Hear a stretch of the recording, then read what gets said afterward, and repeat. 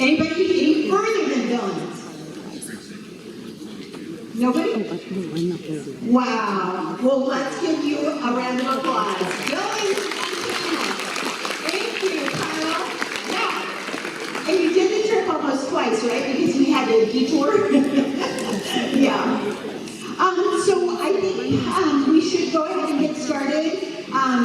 Charles Rothschild is on his way. He should be here any minute. But I think that we've got a lot to talk about tonight. We've got some really good debating that's going to happen. So let's not wait. So just to introduce myself, I'm Anna Marie White. The Mineral County Chamber of Commerce is your host tonight. Yay! I did bring some of that information, but we're really grateful that that the executive board did step forward and it was willing to do this for us, right? And then I have special guests with us tonight, so I'm just going to turn the mic over and let you say what you need to say, and then we'll be underway. Thank you so very much. I appreciate it. My name is Chris Kemp. I'm a representative of the local Veterans of Foreign Wars Post. A few words about the VFW real quick. To be a member of this organization, you have to actively serve in the combat zone. So if you see someone running on the VFW hat, that person is stepping from the bullets and bombs for this country. Which is why you have a respect for them. Very briefly, a little backstory about the Pledge of Allegiance, because that's what I'm here to do tonight, is lead you on the Pledge of Allegiance. A little backstory. 1892, the Pledge of Allegiance was started by a man named William Bellamy. And it was an effort to re-patriotize or nationalize patriotism or believe in the country right after the Civil War. The bloodiest conflict this nation has ever faced. If you can imagine at that point in time, there were a lot of people who were counterintuitive to loving their country. Because all it meant to them is they lost a loved one, whether on the side of the Union or on the side of the opposing force. So, as we stand to recite the Pledge of Allegiance tonight, bear that in mind. This is an intent to bring our nation together under one belief system and ideal. Thank you.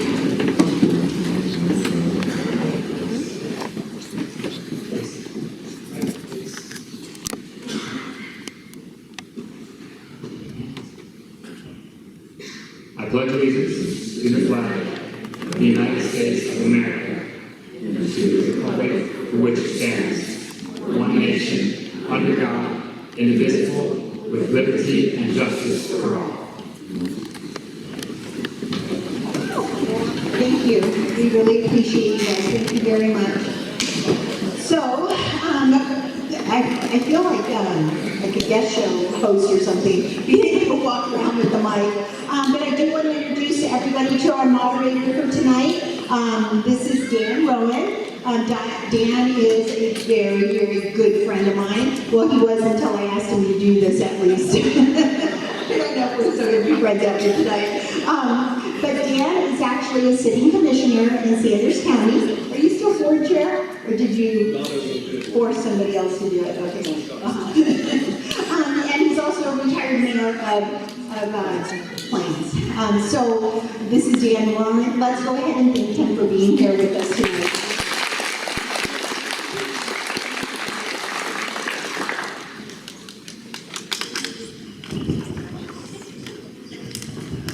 Hi everyone, I'm Dan Rowan.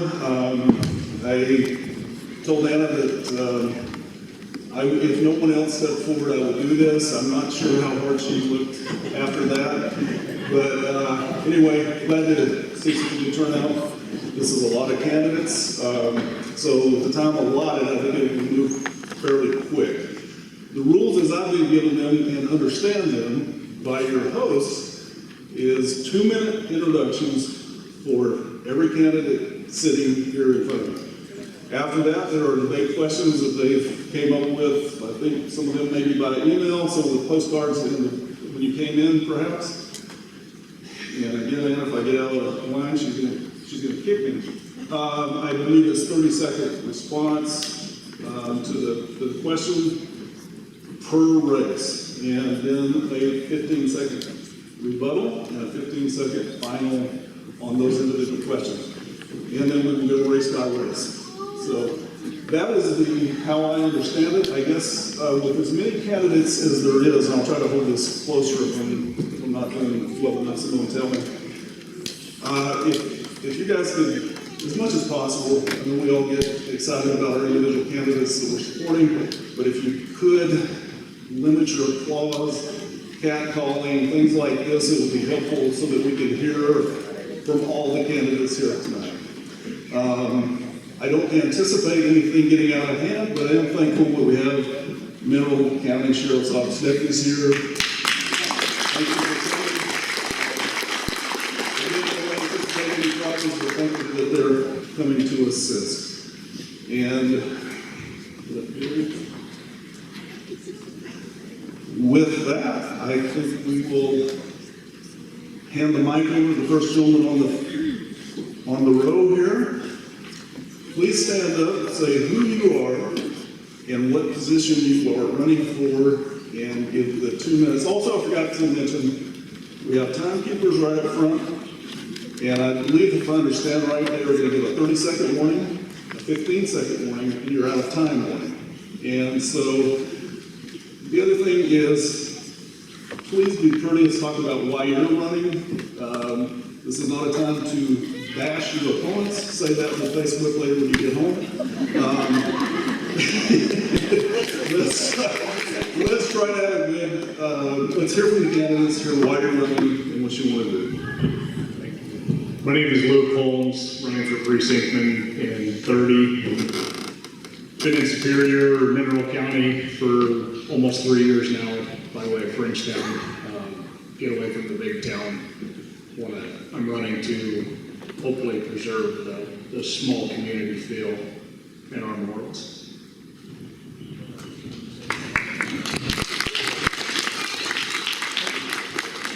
My name is Mel Bird. Spent 11 years in the military and then 25 years as a police officer. In early 2000s, we came up here to visit the wife's family. I saw Superior and I told her that's where I'm going to retire. So I've been here ever since. That's about it. Oh, I'm sorry. We're running for man and woman of precinct 25. And I'm Kim Bird, his wife, and we've been here since 2014. And I was a school teacher, I was in the military, and I'm running for precinct 25 woman. My name is Kimberly Fields Mitchell. I'm running for precinct committee woman for precinct 26, which is St. Regis area. Each precinct is a different area. And the reason why I'm running is I feel like it's an important part of our political process. I was the vice chair of the Republican Central Committee here in Mineral County for a few years. And I'm familiar with the process. I know what the job is. The job is to inform people of candidates that are running, to provide an objective view of these candidates in the Republican Party. As far as where I'm from, I live here now. I've been here since 2015. I'm a refugee from Washington State. And no, I'm not bringing the politics of Washington with me. I am conservative. And that's about it.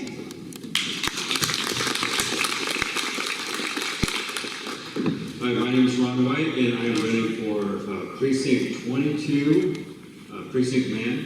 And my lovely bride, Anna Marie, has been the precinct woman there for several terms now, and I have an opportunity to join her and serve alongside her. And it would be an honor and privilege to serve with her. And yeah, I do understand the roles and responsibilities of a precinct person.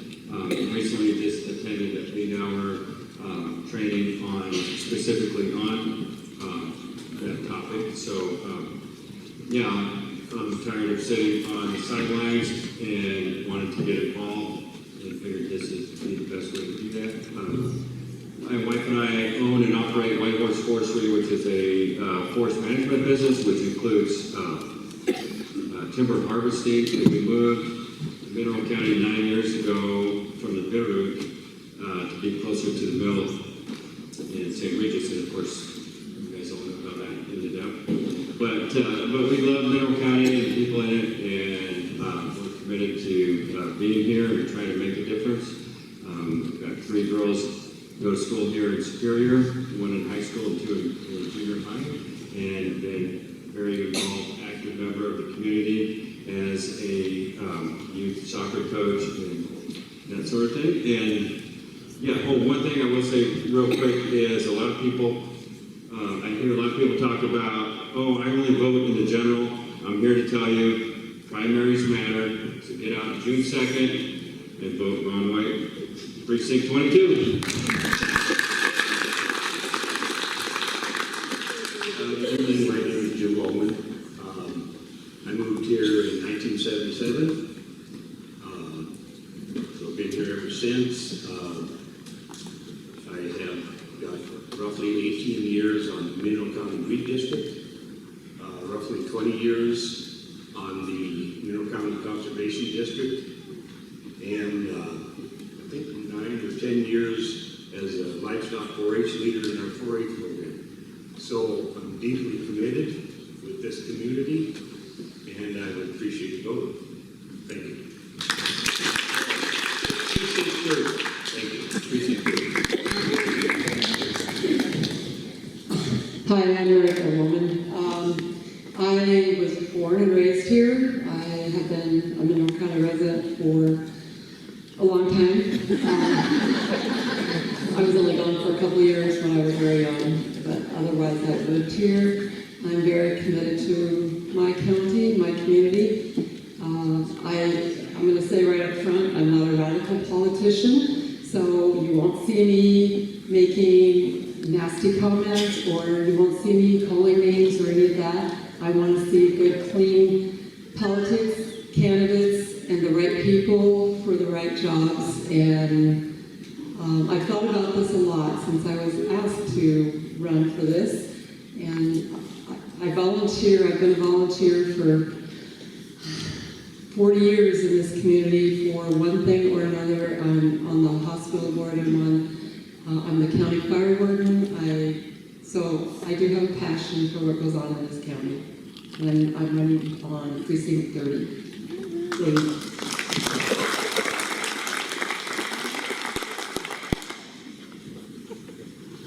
My name is Shane Macarino. Welcome, everybody, to Mineral County, and welcome Mineral County to Mineral County. Thank you for taking the time out of your evening to spend it here with us. I am running for Justice of the Peace, and I am also running for Precinct 30, women. I believe that our county deserves a fair and firm and just justice of the peace. Thank you.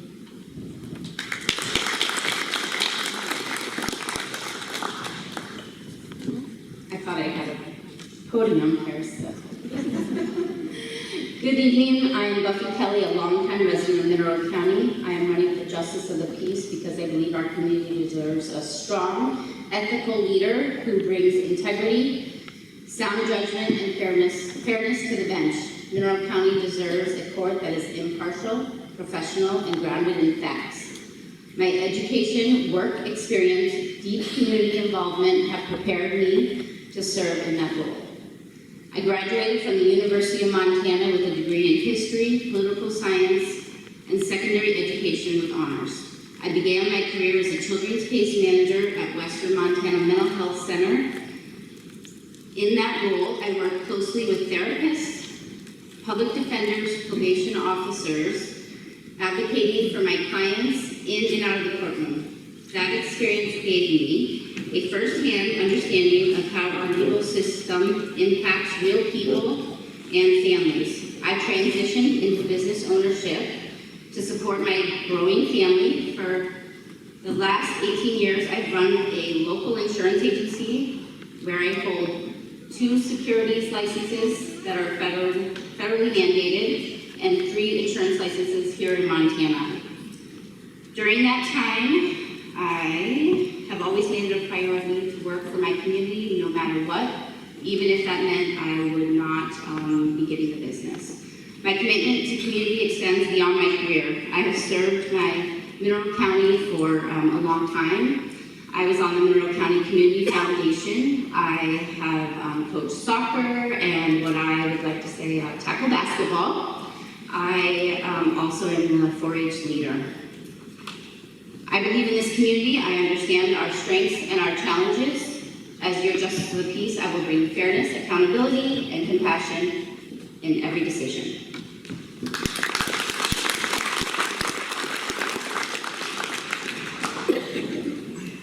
Good evening. I'm Kim Tarrant, your current Justice of the Peace, and I'm going to be running for JP as well. I believe that I am your best candidate as I have the experience. The last 4 years, I have enjoyed representing this community, encouraging individuals who come to make sure that they're educated and informed when it comes to our justice system. I think it's important to be fair, to be just, and to ensure that each individual in our community has a voice and has an opportunity to be heard. I do believe that I am a fair, unbiased judge. I believe that I have the knowledge and experience to continue to represent Mineral County. I look forward to doing so. Justice has been a passion my whole life, starting when I was 14 years old. I started to work for the Justice of the Peace at that point in Utah, where I grew up. I've been here in Mineral County since 2002, where we chose to raise our family. And now I'm getting to watch my grandkids grow up and be part of this community. And it is that desire to make sure that the justice is here, not only for the residents, but for the family that I have as well. I appreciate your time tonight. Look forward to some questions and getting to know you all more. Thank you for your time.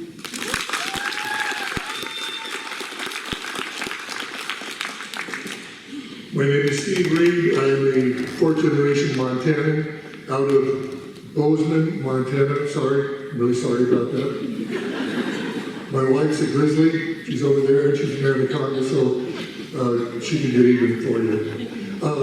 My main focus here running for West End Commissioner is public safety, because the commissioners have the hands on the budget. We deal with who gets the money. I think we need to do something about our public safety for sure. Hopefully it'll come up here in a little while.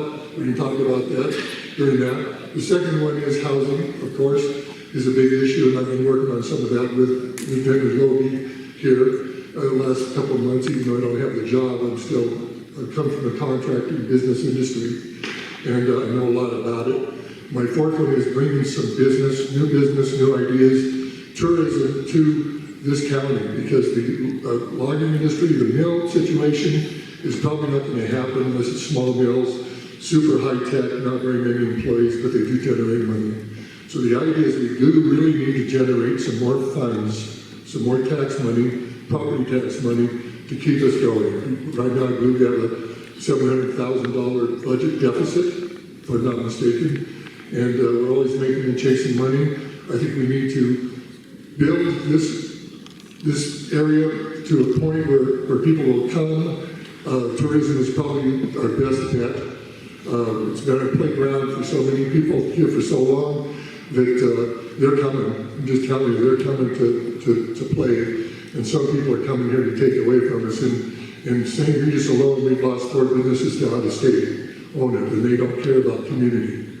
My wife and I do. Wherever we've been, we've always built community, worked with the people that run the place, and we really appreciate being here in your vote. Thank you.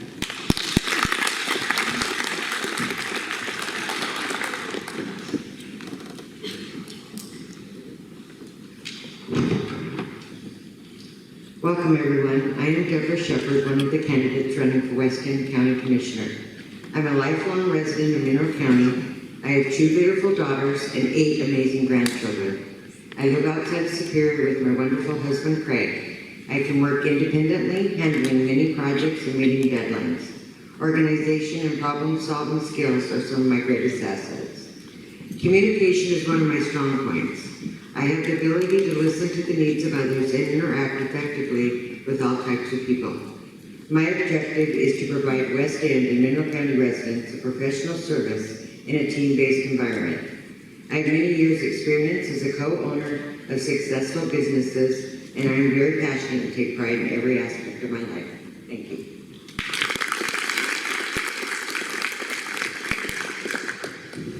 Good evening. Thank you for coming to our candidate debate tonight. It's great to see our guests, all the guests that we have here, and they'll be participating in this debate also. My name is Dwayne Simons. I'm your West End District County Commissioner, and I am serving my third term. I was born in Whitefish, Montana in 1955. I was raised in the beautiful Flathead Valley until my junior year in high school when I moved to St. Regis and started my logging career working for my dad, who had a logging road building company. My wife Donna and I both graduated from St. Regis in 1974, and we've been married for 51 years. We have 2 children, 3 grandchildren, and 4 great-grandchildren. I truly believe that the youth of our country are the greatest asset, and I support the best affordable education we can give them. I'm running for my 4th term as County Commissioner, and I'd like to tell you a little bit about what we do as commissioners. We oversee every department's budget. There are 13 departments, 71 employees on a bi-weekly payroll. We try to meet all the county needs while also trying to keep our budget equitable. I believe we have done a great job at that, especially when you consider how much land in the county is not taxable. I'm referring to U.S. Forest Service and state land. When re-elected, I will continue to stretch the county dollar to the max.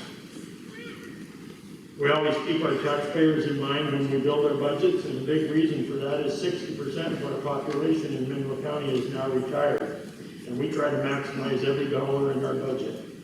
The county budget is audited yearly by an independent auditor. For the last 3 years in a row, we have no findings.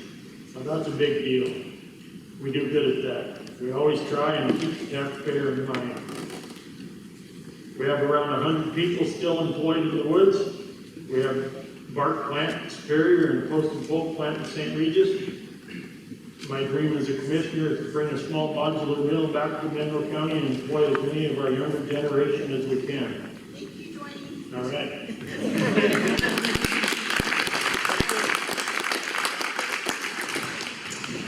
Good evening, everyone. My name is Roy Miller, and I am running for county attorney, and there's no one else running for county attorney. So, nice to meet you guys. My wife, Joey, and I have been married for 27 years. We have a son, Duncan, who's graduating a degree in biochemistry and molecular biology in May. And our younger son, Nicholas, is majoring in applied mathematics and snowboarding at the University of Montana. We bought our home in 2023, and we are the most recent refugees from a state that shall not be named. You guys could probably guess. The reason I'm running for county attorney is I was asked to. I have experience for many years as a prosecutor in the state of California, prosecuting domestic violence, sexual assault, murder, you name it, in a small county called Lake County.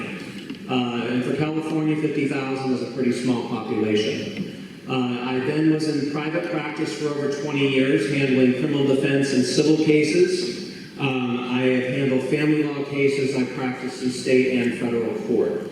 I was asked to run for county attorney, first because of this so-called Brady issue you guys may have been hearing about. And when I was told what was going on, I didn't believe it.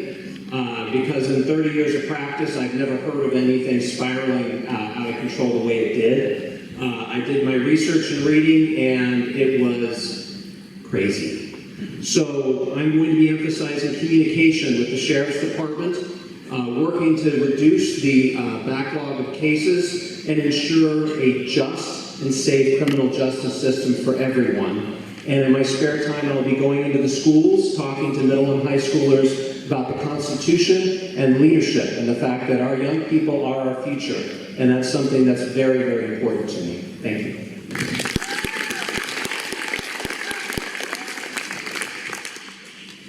Hey everyone, Ben Banks. running for Sheriff Corner. I live in St. Regis and have moved there after completing 20 years in the Army. I have a 5-year-old and 8-year-old little girl keeping me busy, as well as a beautiful wife, Joanna, who's running the Moxie Market in St. Regis. I moved to Montana at 18 years old and got a scholarship with the University of Montana through their ROTC program. I graduated UM with a bachelor's in sociology criminology, and during that time I was a reserve deputy in Missoula County for about 3 years. From there, I commissioned in the Army as a lieutenant, and shortly thereafter completed combat tours in Iraq and Afghanistan.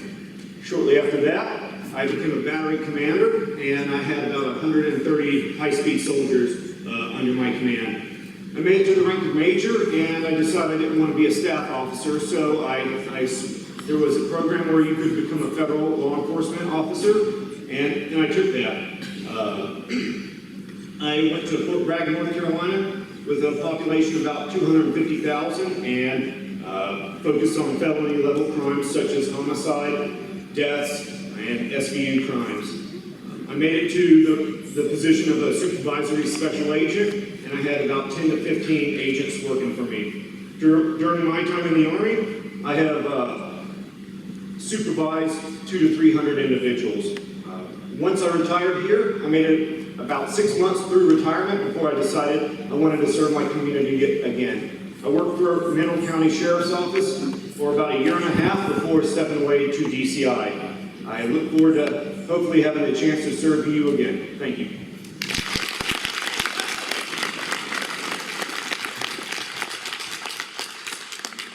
Hello everybody, good evening. Sorry I'm probably fairly loud, I could probably talk without this. My name is Ryan Funk, I'm your current Sheriff Corner running for office, running for re-election. I have been a resident in Mineral County since 2018, when my family and I moved here. We built our forever home. My beautiful wife and I were blessed with a child shortly after we moved here. His name is Cash.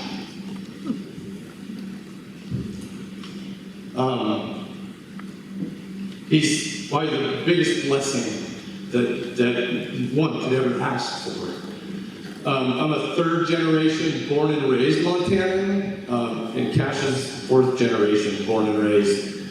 And I think, you know, having that is like, I have Montana morals. I know what Montanans want, and I'll do everything I can to keep that true.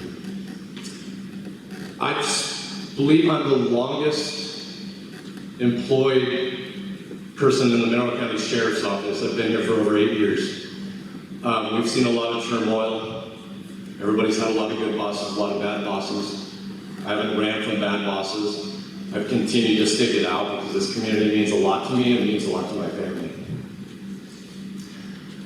I will be the only full-term sheriff in Mineral County in the last 10 years. That's appalling. That's appalling because people come into this office and they think it's easy. They think, oh, anybody can do this. Day-to-day operations, not a big deal. But when you run through budgets and throw some elbows with the commissioners every once in a while, it's a struggle. Main thing is provide public safety, and that's what I've done. I've worked hundreds of hours of overtime trying to fill shifts. I guess I'm done. I guess I could talk forever. Thank you.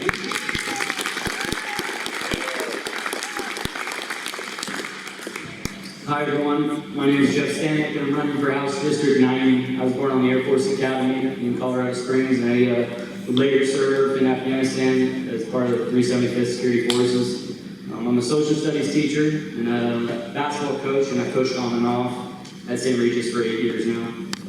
I'm a Christian, I'm a husband to a beautiful wife, I'm a father to 2 wonderful kids, and I'm a critical thinker. And I fully support our Bill of Rights and our Constitution, and I want less government control, I want less government regulation, and ultimately I want less taxation.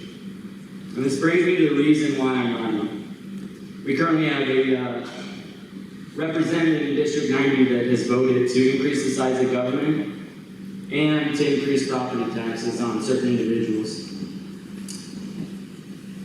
That would be House Bill 231 and Senate Bill 542. Likewise, he voted to increase the state's budget as well, and that was House Bill 2. Additionally, he voted to not allow parents to have a choice in their children's education, which was House Bill 320. And that's near and dear to my heart because I have 2 little kids that I would like to decide the future of their education. And this comes from somebody who teaches at a public school. So ultimately, I would not be running for office if we had a representative in District 90 that was truly conservative. And if elected, I promise to use my vote to defend your liberties, your money, and you. I want smaller government, lower taxes, personal freedoms for us and our posterity. And if you believe in that and what our country and our state was founded upon, vote for me, please. Thank you.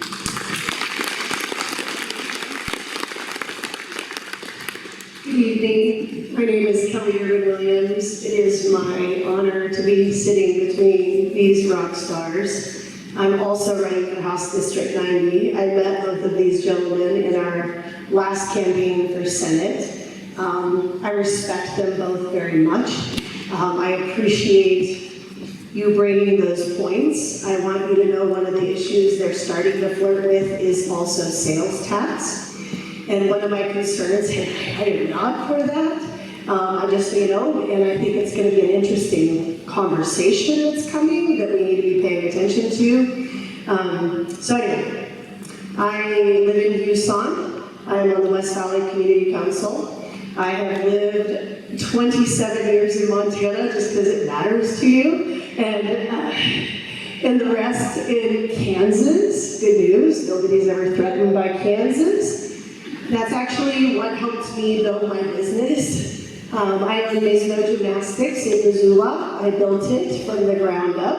I've been in business 25 years. I'm proud to say as a small business owner that I refuse to sell out to an equity firm. And I'm also deeply concerned about equity firms purchasing our small businesses in Montana. There's just a lot of things coming. Another one is data centers and AI. I attended the event in Bonner. I'm also worried about digital currency and microsurveillance and some other issues. So I'm not as much as interested in talking about my past as I am our future. You know, Cochran gave me some grief when I walked in and said, what are you guys doing? You don't have time to run a business.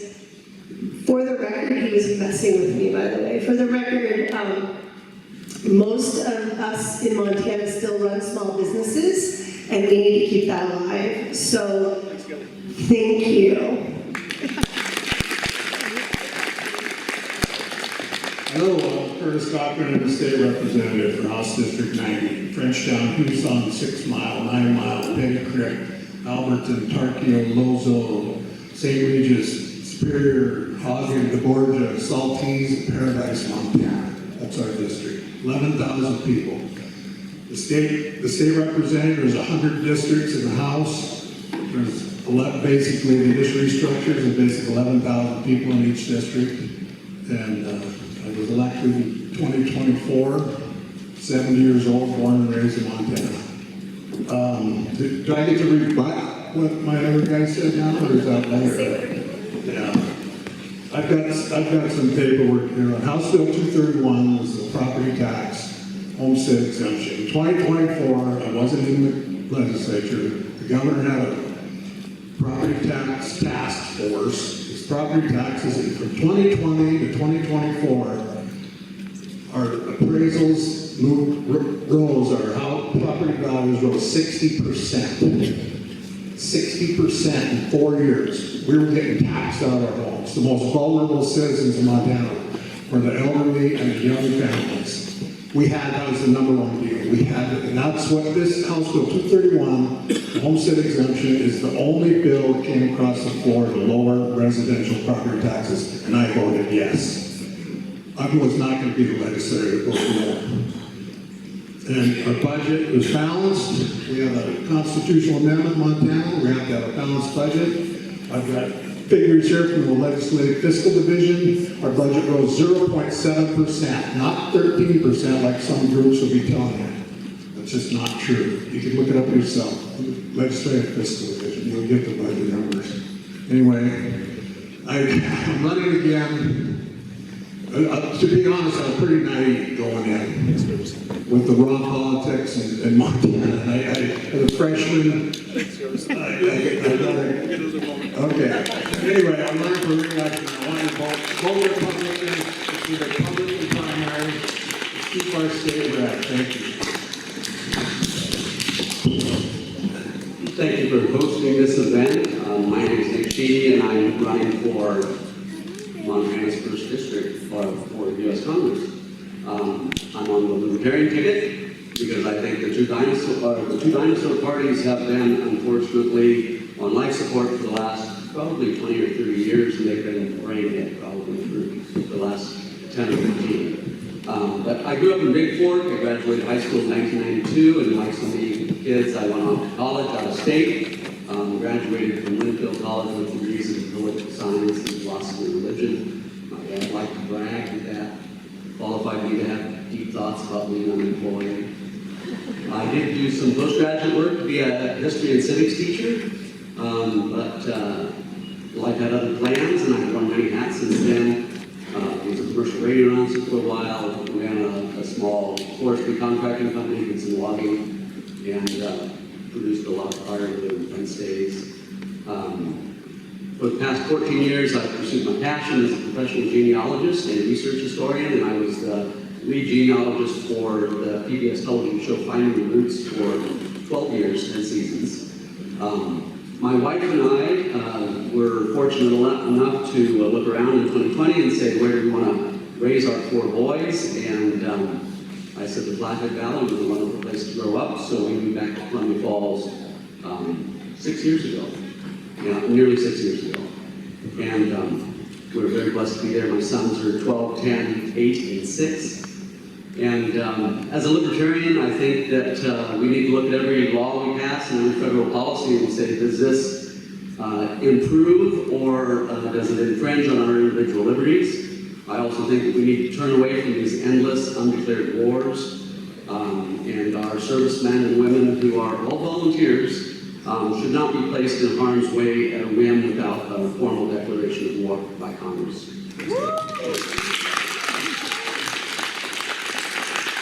I'm a Republican candidate for Congress. It's so fun to be sitting next to Russ here, a Democrat candidate for Congress. We were the only 2 guys who showed up in Anaconda for the St. Patrick's Day breakfast.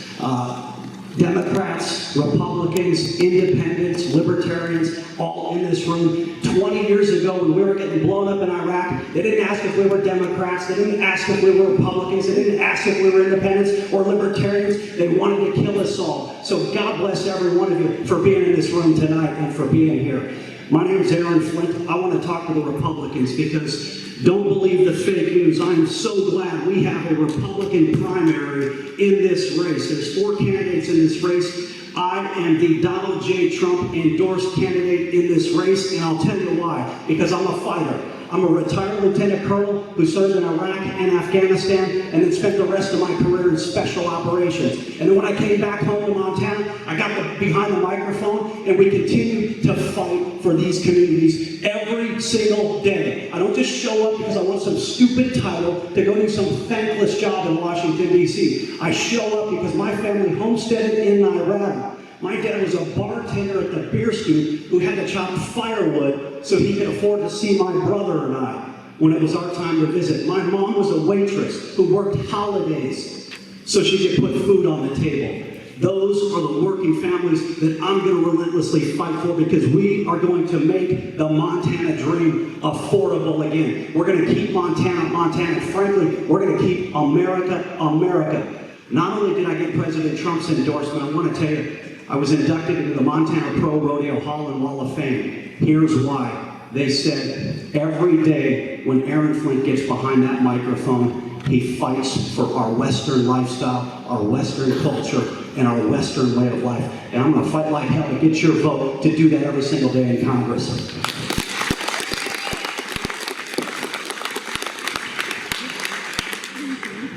Well, good evening, everyone. My name is Russell Cleveland. I'm running for U.S. House, Montana's 1st Congressional District as well. I'm not the only Russ Cleveland in the crowd. There's a Russ Cleveland on this side. That's my old man. There's a Russ Cleveland on this side. That's my son, wherever he went. He's probably getting into trouble. But I'm the Russ Cleveland running for Congress. And I'm a coach. I probably coached some of your kids. I'm from right down the road here in St. Regis, so I'm the only congressional candidate running from your county for U.S. House. And I'll tell you why. Because Washington, D.C. has forgotten that there's a rural Montana, right? I'm a Navy veteran. I'm a small business owner. I'm a rancher. And those things still matter in this state. More important than anything, I'm a dad. I've got my 2 beautiful daughters sitting here timing. They promise that they'll keep the time fair. I promise. My wife, my 3 sons are sitting up there, and my other daughter. We've got 6 kids here in Mineral County. And that is why I'm running. My oldest daughter passed away 5 years ago to leukemia. And that's what brought us home to Montana. I've seen the ugliest part of our healthcare system. We received that $300,000 bill for just 1 month of care. Nobody should have to go through that. And that's what we're faced with here in America right now. I'm the only candidate running on individual contributions only. And that matters because we are living in a corporatocracy. Corporate America has bought our country, and the people have to take it back. And the only way that we can do that is to elect candidates who aren't bought and paid for or entering a race with this $1 million super PAC, who aren't endorsed by Donald J. Trump, who's a billionaire and responsible for the problems that we have right now, and who are willing to stand up to the dark money and corruption that we are facing in our politics today. I'm Russ Cleveland, and I appreciate your vote. Thank you.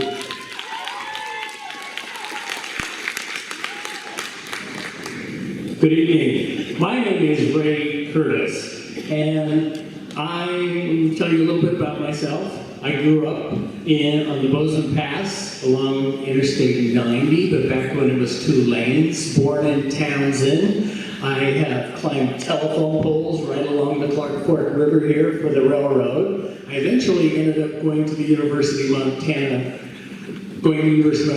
on a scholarship and became a teacher, a public education teacher. I'm looking for my public education teacher right there. And a government teacher. And government is near and dear to me. And I think that this evening is so impressive because this is what democracy looks like. Where people from the community come together, where all candidates, regardless of political party, come together, and we talk about the issues. Because here's what I believe, we're not that far apart. What I believe is that we believe in fundamentally the same things. This Constitution that says we have the power. And it flows up, it doesn't flow down. And I put my name on the ballot because after teaching about this document for 40 years, I feel like we have gotten away from some of the fundamental principles that we believe in. Some of the fundamental principles that are in a government textbook. And I want to get us back on the right path. I want us to be united again rather than divided. And I need your help because I'm not asking for any money. I think money has corrupted the system.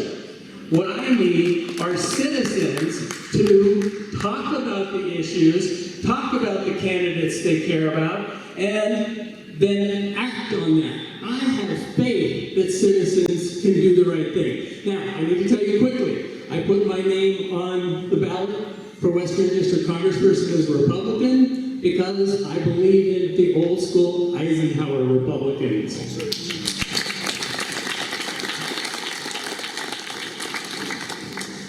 Howdy folks, my name is Kimberly Apersko and I intend to keep America's promise that our government is of the people, by the people, and for the people. I'm an independent conservative, and I am running for Congress to give the people a choice that is not controlled by a political party. We need a representative who isn't going to be told to vote by someone from Louisiana or New York. We need someone who isn't going to be beholden beholden to big money either. We need a representative who's actually fighting for the people and not for their own hidden agendas. The platform that I represent will be term limits, ending Citizens United, affordability, balanced budget, and protecting our public lands. I believe in compromise and middle-of-the-road solutions to the problems that our country is facing. There's only, I will never, let's see.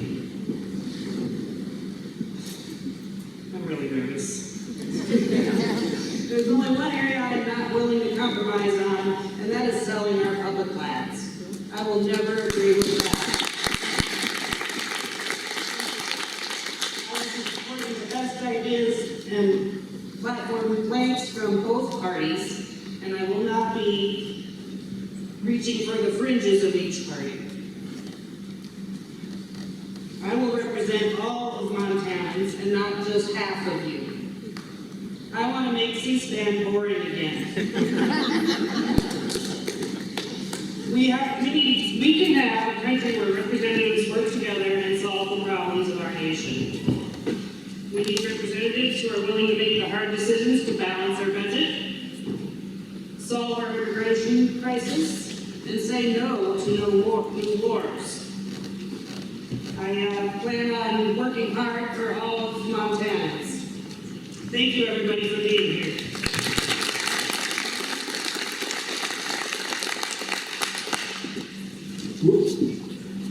I got a green flag. I'm Al Oshesky, Mineral County. I am an orthopedic surgeon from Kalispell, Montana. I'm a former state senator for Senate District 6. I'm a former House representative for House District 11. And I am the only candidate that is actually legislated. If you want a good legislator at U.S. Congress, pick one that's done it. Coach Dan Hodge, one of the most winningest track coaches in Montana, said, if you want to run well, run. So, look, I'm ready to go and finish what we started in 2022. In 2022, I was your chosen candidate in the Republican primary for this seat. I lost to Ryan Zinke by a razor-thin close edge. It took 3 days to hand count Lincoln County to decide who the winner was. So 30 days ago, I didn't even know I was going to run. I didn't. Surprise, 29 days ago, we had a surprise retirement. And here I am running hard. I was asked to run and encouraged to run because I've run for this race before, and I had the ability to put up an infrastructure really quick. So we could run against those that were placed into the system. Look, I'm running on a Montana First platform. And what that means is that I'm going to run for you. Western Montana's #1. And we're going to do legislation through 3 lenses. #1, it's got to be about freedom. #2, it's got to be about our families. #3, it's got to be about affordability. So with all of those things, I hope that today, as we go through the issues, that you will see that I know you. And that's why I was your chosen candidate in 2022. Thank you.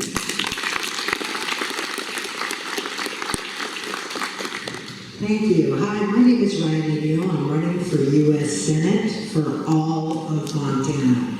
And thanks to everyone, our host tonight, and for everyone for showing up today. I first moved to Missoula County about 30 years ago to Sealy Lake, where I worked as a chef at the Double Air Lodge and Resort. So I have some experience from the commercial kitchens. Then that began a life in Montana for me and my family. I married a man who is from 4 generations in Montana and Montanans. And I moved to Livingston, where I founded and ran a weekly newspaper for over 10 years. And my community thought I was fair and objective enough to send me to the Montana State House, where I served on the Montana Water Policy Board, and I wrote Montana's water law. So the last year and a half since I announced my run for Senate, I've been on the ground in nearly every county in this state. And I'm listening and I'm showing up. And what I hear from folks on the ground is they're worried about cost of living, about housing in Montana. where they're worried about their public schools, making sure our teachers get paid a fair wage here in Montana. We should have the highest paid teachers in the nation. And I hear about our timber industry. You know, I told you I came from Cedar Lake, so I understand how important our timber industry is to Montana. So I'm on the ground running every single day. My phone number is listed. Anyone can call me directly, send me an email, and I'm happy to chat with any Montanan. We're doubling down on showing up and listening to Montanans and representing Montanans, all Montanans, in the U.S. Senate. I'm working for small government that works for working people and stays the heck out of our business. Thanks so much. Hi, my name is Michael Hummert. I'm a realist liberal Democrat running for the United States Senate. I came in 1996 to Montana after I retired from the United States Navy. I did everything in the Navy from cook on a destroyer to being a hard hat salvage diver. Trained sea lions and dolphins in Key West.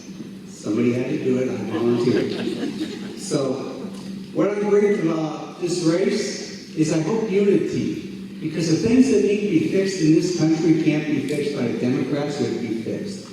Can't be fixed just by the Republicans, or they would have fixed them. We have to come together. Otherwise, we can't get the 3/5 we need for the amendments that we need to fix this government. We owe the next generation more than just a handful of excuses. We owe them a future, just like we have. Therefore, we need to get something like a balanced budget amendment, term limits, even age limits. I'm not going to say Donald Trump is losing it, but there is that possibility that he's not as stable as he used to be. So I'm just asking for your vote to send me to the United States Senate so that we can make a difference together, because we can't do it alone. Thank you. Hello, everybody. My name is Lonnie Bainhead. I'm a retired lieutenant colonel and special agent. I've went to terrorists with special operations. They know the people in movies with briefcases full of money and they meet with informants in secret and they get intelligence. That's what I used to do. I've hunted spies all over the world, but my specialty is actually child sex trafficking and child rape cases. I was also a senior Pentagon bodyguard, so I've been in all the rooms on Capitol Hill and the White House and the most senior levels of international government. The only difference between those elected officials and us is that they think they deserve to be there, and we don't.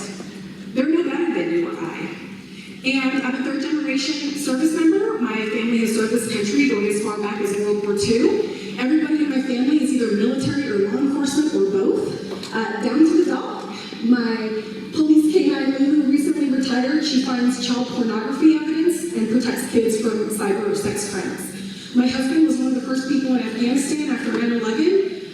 I'm not a politician. Nobody asked me to run. I just saw my community struggling to put food on the table and a roof over their heads. And my parents taught me that when your community's struggling, you do something to help them. What makes me different from the other candidates in my race is that I've already put a lot of corrupt people in jail over the last 22 years. And I have the relationships in and out of DC with the people who put their nose to the grindstone to protect all of you to get results for this community. I'm running on accountability, the Epstein files, we're going to address that. I'm running on affordability, I know how to address affordable health care and housing, and we're going to take it from the defense budget with no impact to national security. We're going to protect our public lands, we're going to protect our environment, we're going to support our farmers and ranchers, and we're going to do it together because I've been to over 80 countries, I've lived in over 20 states because I've served this country my entire life. There's no place like Montana that has the leadership skills anywhere I've seen in the world. I'm asking you for my vote. Thank you so much. I'm Lonnie Bainhead running for U.S. Senate.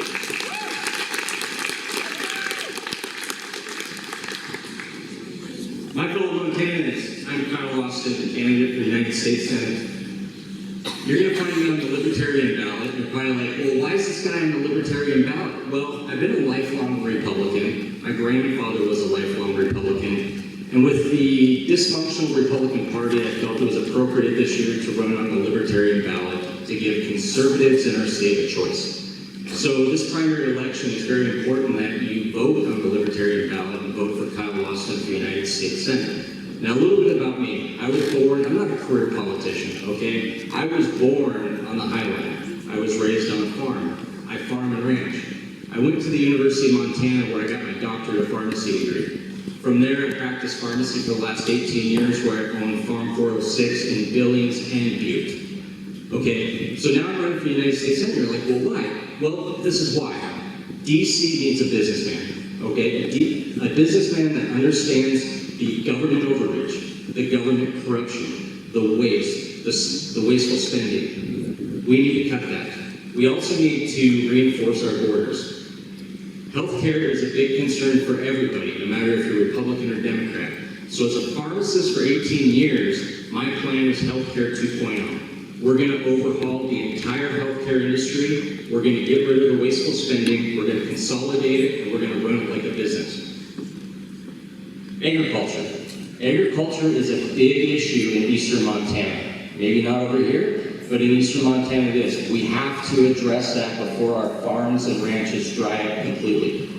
We will do that by overhauling the USDA. We're going to overhaul that. We're going to build a fertilizer production facility in eastern Montana, putting people to work, bringing industry to the state of Montana, and making us less dependent on the Canadian fertilizer. We're also going to offer 0% financing for our farmers and ranchers on their operating notes.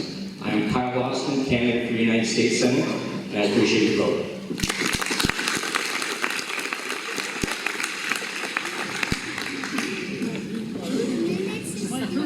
All right. Good evening, ladies and gentlemen. My name is Charles Walkenchild. I was born and raised on Hill 57, just right outside of Great Falls. My house consisted of a half of a railroad boxcar, but I'm not going to talk to you about myself. What I am going to talk to you about is leadership, honesty, and integrity. Now, in the beginning was not the Word. In the beginning, He spoke all of us into existence, and that is the truth. Now, I am for absolute less government on both sides, manipulation from both the right and the left. I'm for the small farmers and ranchers. I'm for developing businesses that are not managed by the Democrats nor manipulated by the super rich on the far side. I think we need to bring our timber back, maybe at a small scale. We need to support our ranchers and farmers. We need to build a processing plant here in Montana and start distributing good food in Montana rather than this food being brought into our people in Walmart. I tell the ranchers that they are shepherds of their community, which is true. That's what a rancher is, shepherds of the community. I'm not running for my own self-interest. I'm pro-life. I just come from a funeral. My nephew was born with a hole in his heart. He was not expected to make it. Well, he lived 25 years. He made it. I'm here for you. And I told his mother, the Creator was in that little hole in his heart. And He's in all of us. And we can do this together by uniting, by recognizing true leadership. I was chosen before I was even born. I was not chosen 5 minutes before closing. Thank you. If you have any questions, don't be afraid to ask me. Hopefully, I didn't take too much time.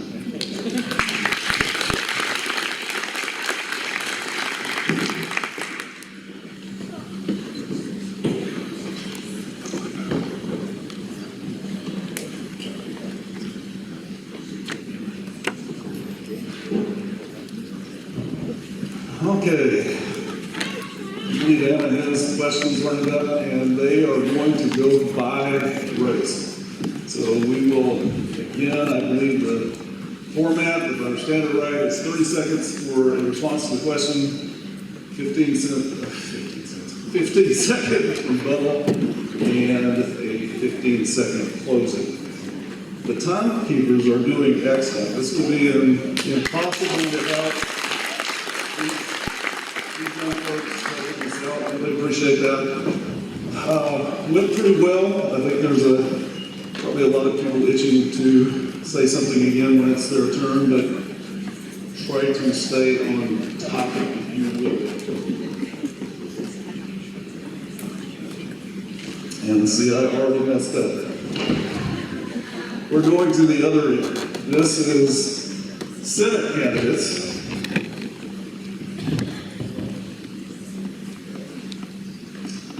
And the question is, and this is a screenshot of someone's phone, should Montana Democrats and teachers unions be running campaigns for Republicans? Who wants that first question from a Senate candidate? Did you guys hear that? Should Montana Democrats and teachers unions be running campaigns for Republicans?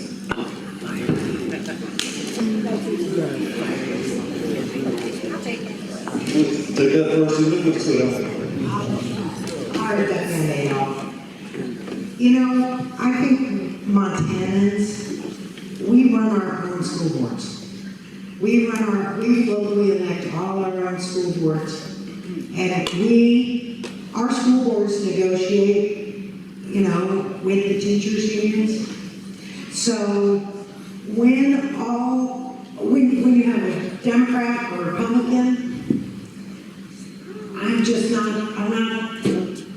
I'm not convinced that a Democrat or a Republican are the person who would be the people who would. These are really short. I would remind the candidates and the public that your humble moderator did not come up with the question.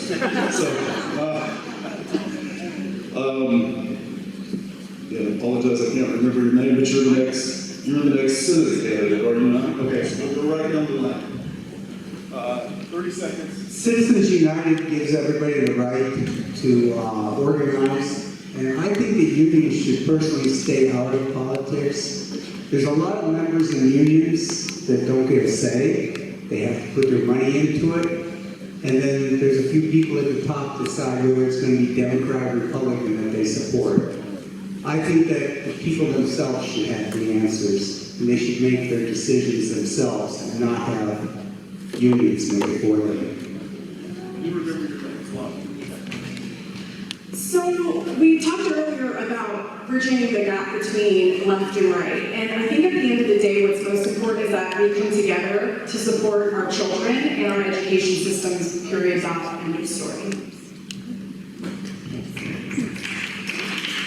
Well, I'm not Democrat or Republican this year, but I would not let the Democrats run anything for me, because to be honest, anytime they touch anything, they screw it up.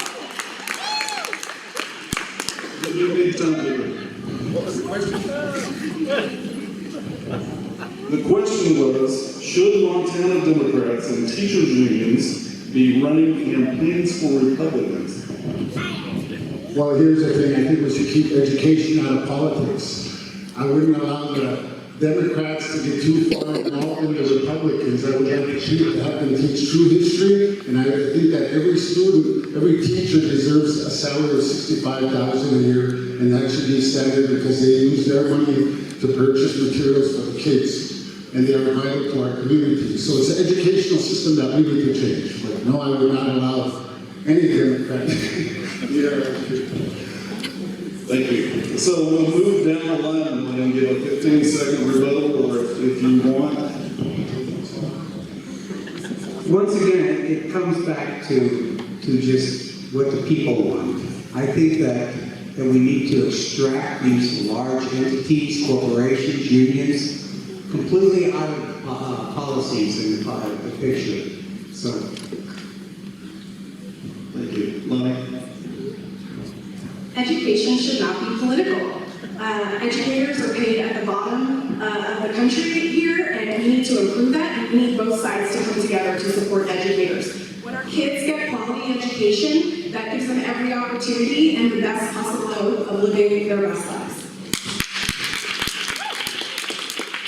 I disagree with these guys because businesses have a right and businesses have a voice, and it is a freedom of speech for businesses to also be represented in politics.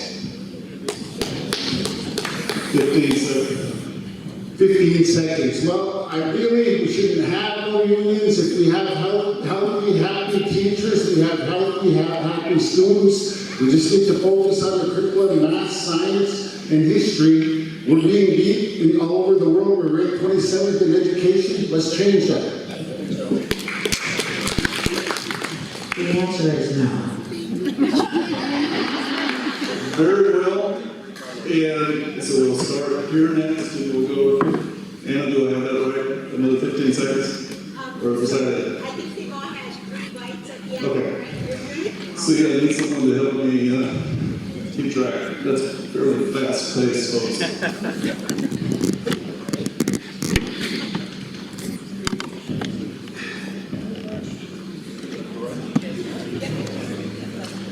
This is for the candidates for Mineral County Commissioner. Who controls the PILT monies? The PILT monies are distributed by Washington D.C. and they are hard to know whether we're going to get them year after year. They have to pass it every year. Sometimes it's 500,000, sometimes it's 800,000, but we are really reliant on it. If that goes away, we're in big trouble.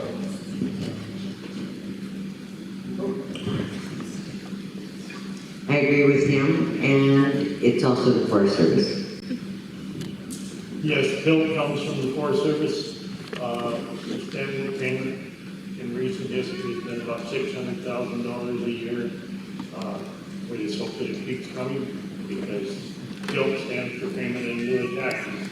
We don't get any taxes off the Forest Service property.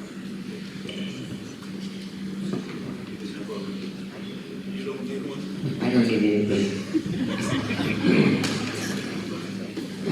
I will say this, that when we rely on chasing money or depending on the federal government for money, we shouldn't be doing that. We need more business, more industry. We need more of anything that's in the private sector in this county. We got to quit relying on trying to chase money and bring it in. Well, that's a good dream. But when your county is set up where you're receiving PILT, what do you replace it with? I agree with you. That's fairly fast paced, folks. All right, the next question is for House District 9A candidates. Which of the first 10 amendments to our Constitution do you feel are the most important today? Why? We'll start with Jeff. Stan. Did you say first the two? Did you say two or one? First, what do you want? Which of the first 10 amendments to our Constitution do you feel are the most important today and why? Got it. First Amendment. So there's 5 freedoms in the First Amendment: freedom of speech, freedom of religion, freedom to assemble, freedom to petition the government for redress of grievances, and I'm on the spot, so I'm going to that. But the First Amendment is arguably the most important, and then the one that follows it is the Second Amendment. Because without the Second Amendment, government can take away those rights, and history has proven that an armed citizen is much harder to deal with when it comes to things like that than you. Hi, it's Kelly, and I forgot to tell you that I'm running as an independent, so I just wanted to say that. And I'm grateful to this amazing teacher for sharing his answer, because I would agree that the First Amendment, for me, would be the number one, but for my husband, it would be the Second Amendment. And together it works out pretty nice. Freedom of the press? Wait. That was the fifth. Sorry. That's okay. Please refrain from asking other candidates questions or commenting on their comments. Please. Okay, hopefully it's go. Curtis. Yeah, I agree with Mr. Stanek on the First Amendment. It's one that we really would take for granted. But for me, in our neck of the woods, the Second Amendment is a big deal. I'm a life member of Mentor County Shooting Sports Association, and we do a lot of work. I'm up already. 15 seconds? Yeah. Number 2 is number 1 with me. Thanks. I understand what you're saying now. Freedom of the press. Thank you. He was answering the rest of his statement, and I think we're good here. I really like our Constitution, and I'd like to see us following it. So we're trying to move down the line and alternate who starts, and then everybody gets a chance to respond. That's what I'm attempting to do anyway. So that'd be courtesy again, and then, does anyone need to respond? No, we're good. Okay, that makes it easy. This isn't as easy as I make it look, folks.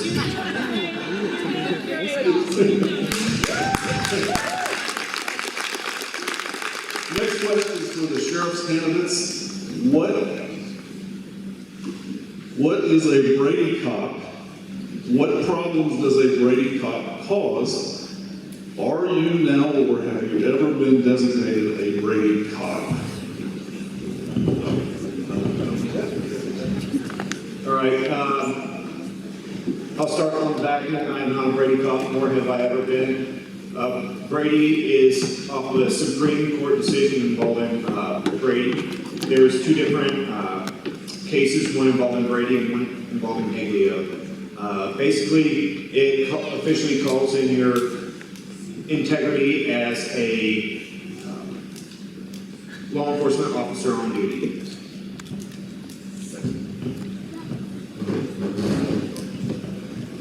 Sorry, I'm not a sinner. So, as probably everybody knows, it's no secret, Judge Vanetta on December 10th made an opinion, mind you, that I personally had some Brady issues, not Brady cop. Since then, my attorney and I have worked diligently. We have a hearing on Monday, and that's going to be reversed. We have documentation proving that I did not lie, and so as far as I'm concerned, I am not.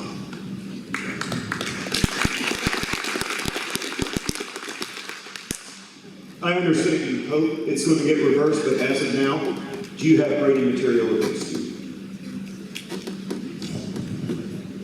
Please refrain from asking other candidates questions, please. That's only fair for every candidate, please. So currently it's Mineral County Sheriff's Office policy that you have a body cam on when you come into contact with the public. That would be played anywhere in court, so I don't believe anything restricts me from testifying in court. 15 seconds. Anything else? Go.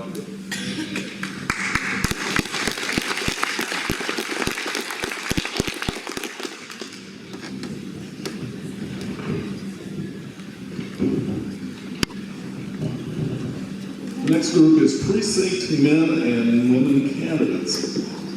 Commissioner Zillway, I think I say that wrong every time I say it. And see, I did it again. Roman always says, if it'll make a meeting, he says the common spelling. That doesn't help. Anyway, Commissioner testified against video and audio recording of commissioner meetings. What is your stance on the public's right to know? Public has all rights to know everything that happens with the commission.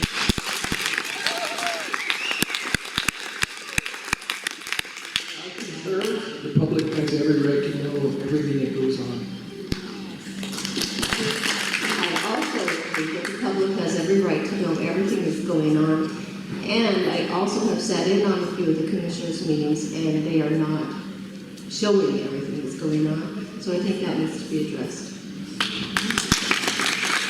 I agree with everybody else. Yeah, I think it's kind of a no-brainer that transparency is paramount, and there's no expectation of privacy in a public meeting, and it should be streaming live for those who can't make it because of bad weather and whatnot. So yeah.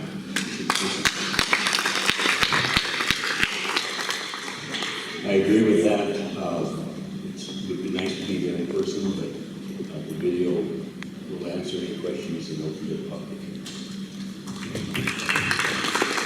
I also agree with that. I do believe that if someone has an issue, they should be there in person.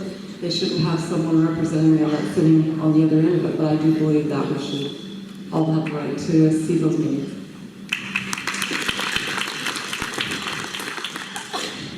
I agree with the other candidates. I have continuously joined in online now and in person, and there have been issues. So I'd like to see those issues addressed. That might be the only unanimous agreed item tonight. Does anyone want to rebut those comments? I didn't think so. Next question is for Commissioner District 1. Congressional District 1. Everybody straight here. I lost my place. Are you running for this HD1? Okay. What is your position on Roe versus Wade? We'll start with you. Wonderful question. I think the Supreme Court made a good decision in overturning Roe v. Wade. I think that it was a poor Supreme Court decision to begin with, and it was based on a premise that you have an unfettered right to privacy, which, that's great, unless you define life as beginning prior to birth.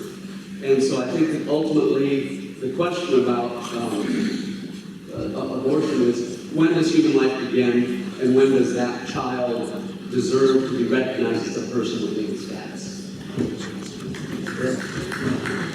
I'm proud to be pro-life. My wife works for an incredible organization called the Alliance Defending Freedom that has fought alongside the Montana Family Foundation. They've also fought to protect women's sports and to keep men out of girls' bathrooms and locker rooms. They fought for parents' rights. They fought for the kids. And I'm proud to be a pro-life candidate in this race. Part of federal overreach is when we decide to put politicians in doctors' offices. And I don't want any politician telling me, my daughter, my wife, or anyone else what to do with their medical decisions, period. I am pleased that the state of Montana, we got an opportunity to vote on this issue, and for the most part, in Montana, it is behind us. And we get to talk about, as I said, the things that I believe we most need to talk about. I completely agree with Montana's right to privacy, and that it shall not be interrupted or impeded upon by the government. We absolutely do not need the government involved in our medical decisions. No, I agree with overturning Roe versus Wade. It was unconstitutional. I am pro-life from conception all the way to natural death.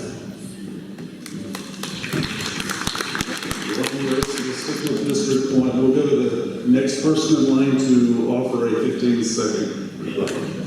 Well, I just wanted to go back to the question about which is the most important of the first 10 rights. And it's the Second Amendment. I'm endorsed by the Gun Owners of America. If we don't have the Second Amendment, we can lose all of our other rights and freedoms. The original question was, what is your position on Roe versus Wade, Russ? I have no further comments. Stay out of our business. I do believe in individual freedom, and I cannot make decisions for other folks regarding this issue. I love babies, but the government does not need to be involved in a person's medical decisions. As a physician, I again want to emphasize that I believe that life begins at conception, it's scientific, and it ends at natural death. Does anybody want one more? There's one more on that. So I think the third person, the next person in line to start will be Russ. We'll start with you. Okay. Russ, did you have anything else to say? Did you have anything? I'll give you the opportunity. I didn't come back already. Sorry. I think with the overturning of Roe v. Wade, we made a good decision there that it goes back to the states. In Montana, we've spoken very clearly here that a woman has the right to choose. And so we need to respect that at the state level. But what it really means is, at the federal level and as a member of Congress, it's not an issue that we need to address. It's not an issue that we need to be bogging down our federal lawmakers about. Thank you. 24/7 elected. I believe you're up front. You didn't.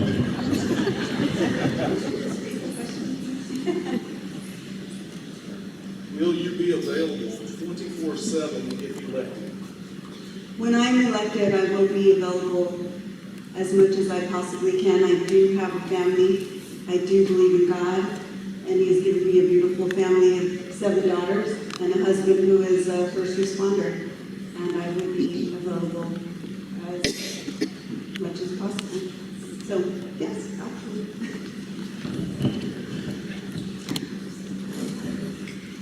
Well, I've had a business for 18 years, and a lot of these people in this room have my cell phone number. I might be the only insurance agent in Montana that gives out our cell phone number. I answered the phone about 3 hours after I gave birth to help out someone out in the West End, and yes, I am 100% into working hard every day.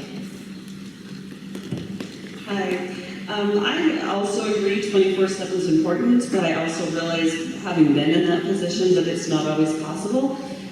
There are times that you may miss a call or be unavailable, and that's just part of life.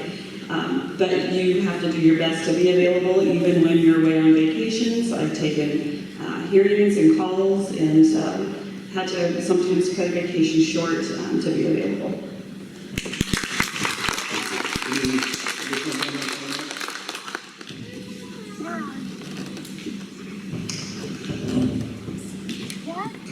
County Commissioners, would you support a full independent audit of the annual budget? Would they do it? I would probably say yes. It's over 200 pages. It's a lot for 5,000 people counting. I just think there's place to be trimmed. But for sure, we should do that from an outside source. Maybe somebody on the less political side would be good.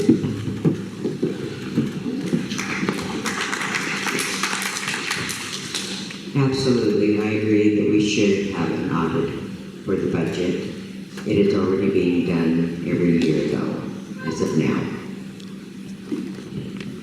Yes, a federal budget, or federal audit of our budget happens every year. Like we did, the last 3 years in a row, there was no funding for anything.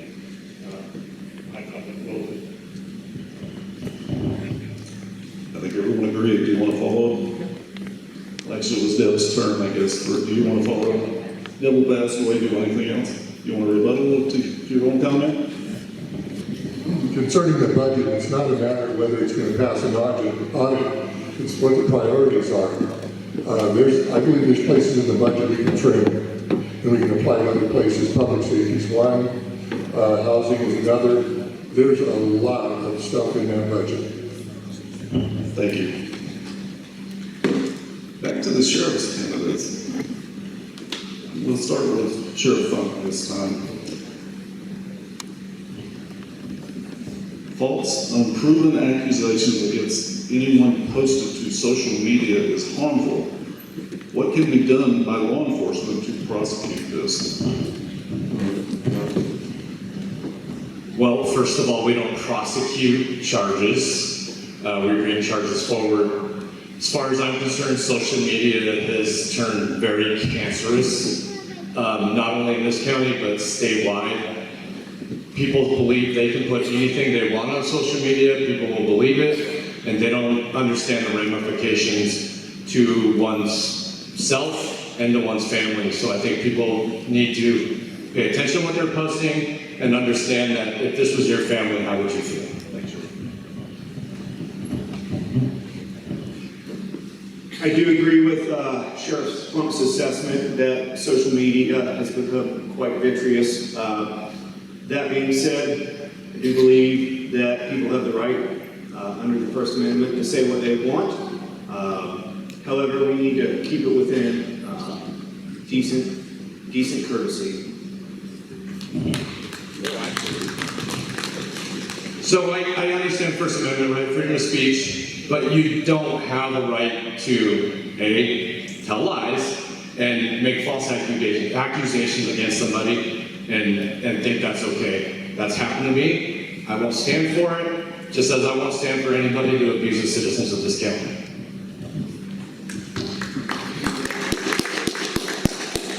I agree with what he's saying. However, in a world today, smoke shows are out there, and we have to take due diligence to find out what is actually true versus what is actually trying to be shown. I get some more apple. So yeah, everybody can contact me. I have an open door. Before accusations fly, come to my door and ask me in person. As sheriff, I will have a monthly meeting. Cameras allowed. Come see me, and let's have a dialogue.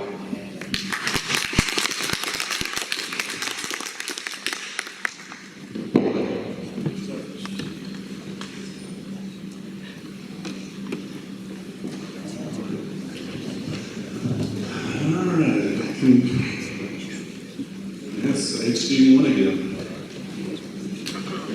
I remember who started last time. Okay, so we'll start here. I'm doing my best though. Will you vote to open the congressional sexual misconduct records, unlike your predecessor, Ryan Zinke, who voted against them being open?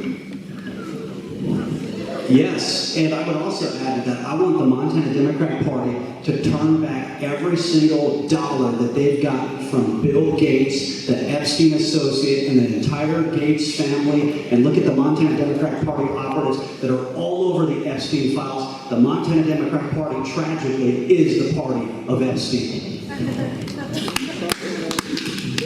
First of all, that's just not true. Second of all, we have a House, a Senate, and an executive branch that is Republican right now, not trying a single case on this Epstein list. So point your fingers all you want, but they have every opportunity to do it right now. And it starts right here in this county where cases still haven't been tried at the county level, all the way up to the federal level. We need to do our job and protect women, protect little girls, and protect little boys, full stop. I heard other candidates just a moment ago talk about transparency, and it's time for transparency. It's time to put this issue behind us, and the only way to do that is to release the files and find out if Democrats and Republicans are on there. We don't know, because somebody's hanging on to files and they're not being truthful. We absolutely need to release the Epstein files. Every other government in the world is looking into how it's affecting their populations, and we are covering it up for hours. It's shameful. We absolutely need to protect our young people for sure, and everybody needs to be prosecuted that is involved in that. Thank you. Returning back to the question, we were talking about the congressional files of misconduct, which can include sexual misconduct. I mean, we just witnessed a young woman staffer burn herself to death of a suicide because being entrapped in a sexual engagement with a congressman. You know, I condemn every Republican, and if there were any Democrats that voted to hide that information, their Congress version of Epstein files, you know what? They got to be condemned. We do believe in Montana in an open and transparent government. It starts with that.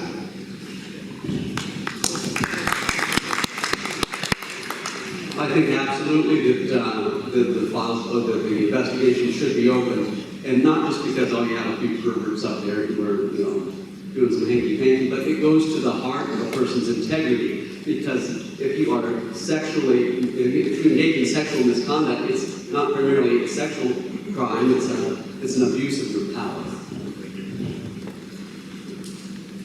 I think Aaron started this one question. Do you want a follow-up? Sure. This is just one piece of overall corruption in DC right now. We gotta get money out of politics, we gotta get corrupt politicians out of their seats, and it starts with this midterm election right here. Look at who is not holding these people accountable right now. The framers of the U.S. Constitution believed in rule of law. And it is time to realize again that no person is above the law. No one.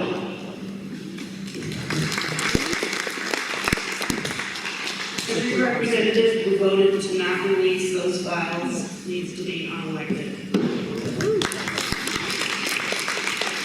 Thank you, and as we talk about the rule of law, we need, what we've heard as a complaint is we have to have the due process of law as well. So we have the rules, let's now process them equally.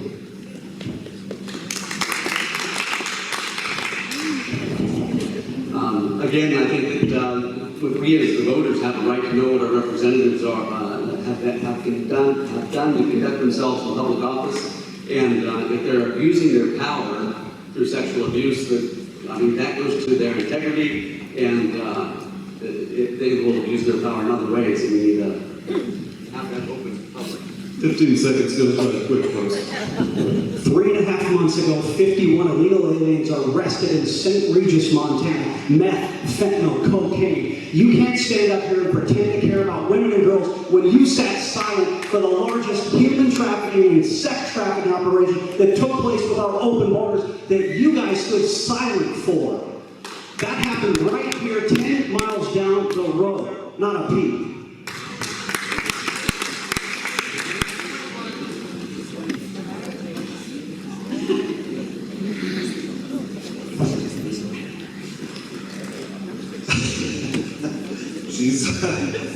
The spelled Commissioner Zawali phonetically, I don't want that to help anybody. Two Commissioner candidates. Is it appropriate for Commissioner Zawali to make demeaning sexual comments during a Commissioner meeting? And did I start with Deb last time? Is it Dwayne's turn? Do you remember? I believe this. No, it was not. I was in on that myself, with Roman and I. And there was a camera, a recording camera placed on our desk that we were not aware. We were not in session. The session had been adjourned for lunch. And so no, it wasn't appropriate, but it did happen. We are on the team. Okay, what did you say, Dwayne? Please, no questions of our candidates. Please. Deb, did you want to come? Is it appropriate for Commissioner Zawali, forgive my pronunciation, to make demeaning sexual comments during a Commissioner meeting? Mr. Question. I would say absolutely not.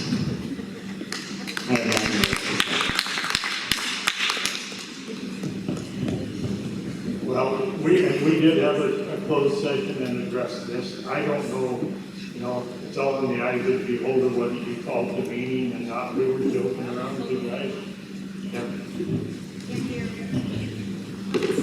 So we just heard about open access to Commissioner meetings. Is there a time in that building when there is something that shouldn't be divulged, when it's already out there? I don't know. If somebody knows what they said, tell us. I worked in a whole office with nothing but men for the FAA. Sometimes they would joke. Sometimes they said things. You don't take it to heart. It was not a big deal.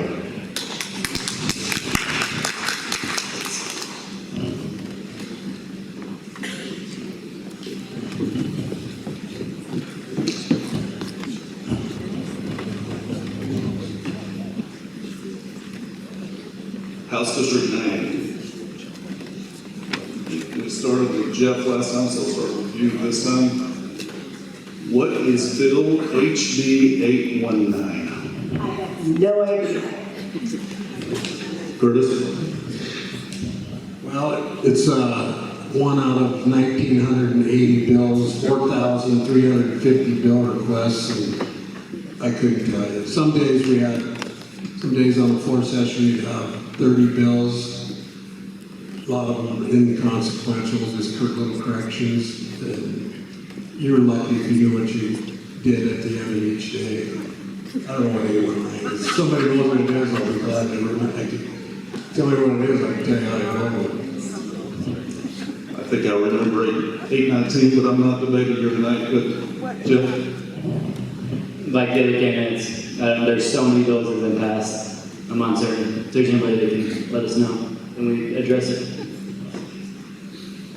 Yeah, we got some words. However, I am not going to be on your first ballot. I don't show up until the end. And if somebody wants to educate me on 819, I am happy to do my homework. Curtis, do you have anything else? Jeff?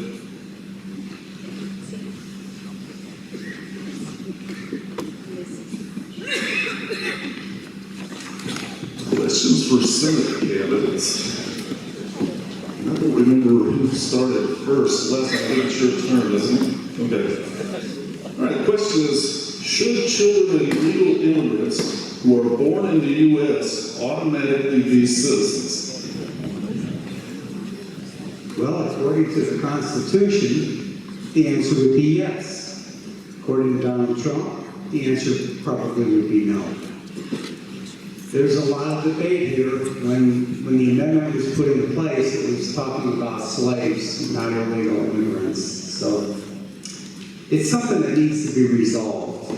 And I would say that it's Congress that needs to be taking responsibility of resolving this question once and for all. We are a country of immigrants, and at the end of the day, the law does say that if children are born here, that they are U.S. citizens, and we're going to continue with that tradition. I believe that every human life has value, and we need to honor and respect that. You know, it comes down to how you interpret the Constitution, right? But I believe it's Article 8, Section 1 allows Congress to set regulations on immigration. And I go with Trump on eliminating birthright citizenship. You really want my answer. I'm going to be honest with you. This whole world is immigrants. Every child born, no matter where they are, live there. Now, Trump is using Native Americans as an excuse. I'm not sure if you know that. So if he gets away with that BS, I won't be here and I won't be allowed to vote. So where do I go? Good question, right? Well, anyway, I just want to thank you guys for having this.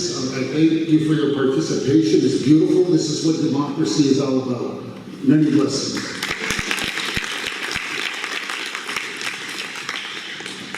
Birthright citizenship is in the U.S. Constitution. I will always defend the U.S. Constitution. That's the oath I will take as a U.S. Senator.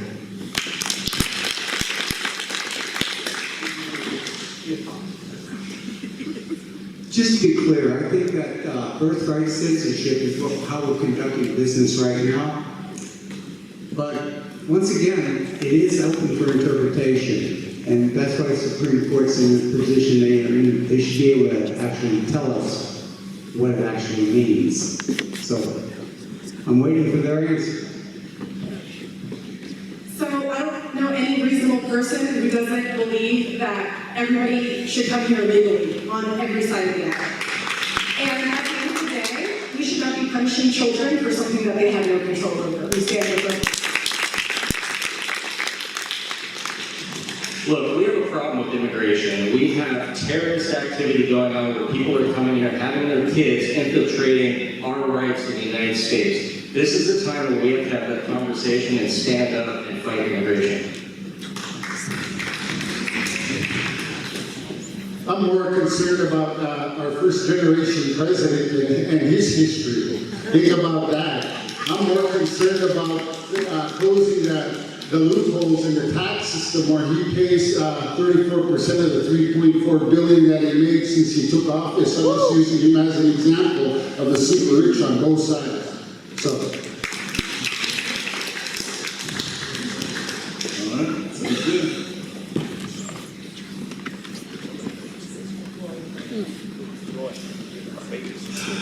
Roy Miller, he has a lot of stiff competition tonight.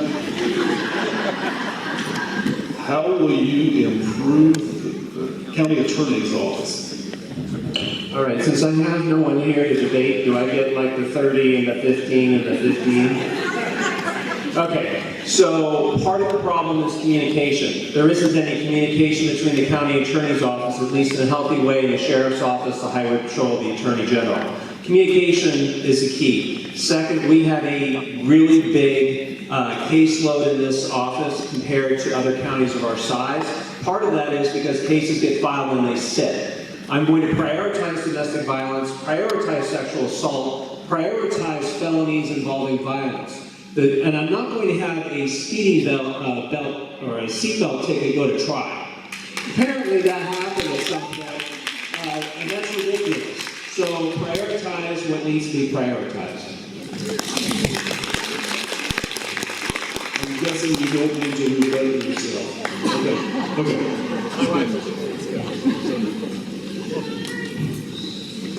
All right, back to the sheriff's candidates. I believe it's your turn to answer first. Why are our local volunteer firefighters allowed to have their guns with them on them at fire calls? Is there a policy? Who makes that decision? Certainly not a volunteer fire chief. Now, if you need me to read that again, I will. Thank you for that question. That was, I'm not aware of the fire department's policy, and that would be a question for them. As far as I know, I don't think they spoke to the sheriff's office, but I have limited information about this particular policy. I think as I spoke before at the Women's Central Republican Committee meeting, this is a loaded question, no pun intended. The sheriff's office was never contacted in reference to this. There's no policy. There's a political sham that somebody thought that they could present to me in a meeting that I was going to fall apart at. I didn't. I think there needs to be strict guidelines if there was a policy going forward. And I would contact, of course, Roy Miller at the county attorney's office. We've been in contact, and I think we can have a beautiful relationship going forward. I'm not necessarily against this, but this is an opportunity to mend relationships and work with our fire brethren to make their lives safer. So, of course, I've been throwing this a little bit more. I've had conversations with Chief Dodd. We've had great conversations. Allowing another firearm into a situation creates more danger for the public and more danger for the police that are responding. So we need secure firearms, we need firearms training. Thank you.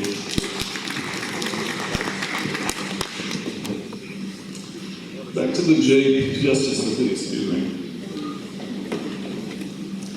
You have said, I don't know who you is, but you have said that you are running because you don't agree that the Justice of the Peace should work on cases that they know the parties. In a small town, when you too will know most parties involved, what do you plan to do? I think it starts with you.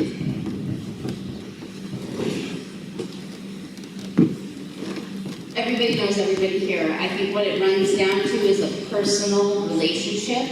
If you have a personal relationship with a defendant, or maybe someone in your immediate family has a personal relationship with that defendant, or maybe your clerk has a personal relationship with that defendant, you should recuse yourself. Hi. So there are judicial canons that talk about when you need to recuse yourself. And being in a small town, you can't just recuse yourself. It needs to be within the third affinity or beyond. Having your clerk know someone who doesn't affect the decisions you are going to make. It has to be directly to be you as the individual justice of the peace that would have that relationship. You would need to know you just need to stop. I'm gonna say, what makes me unique in this situation is I'm relatively new to Monroe County. I have no biased decisions towards anybody here.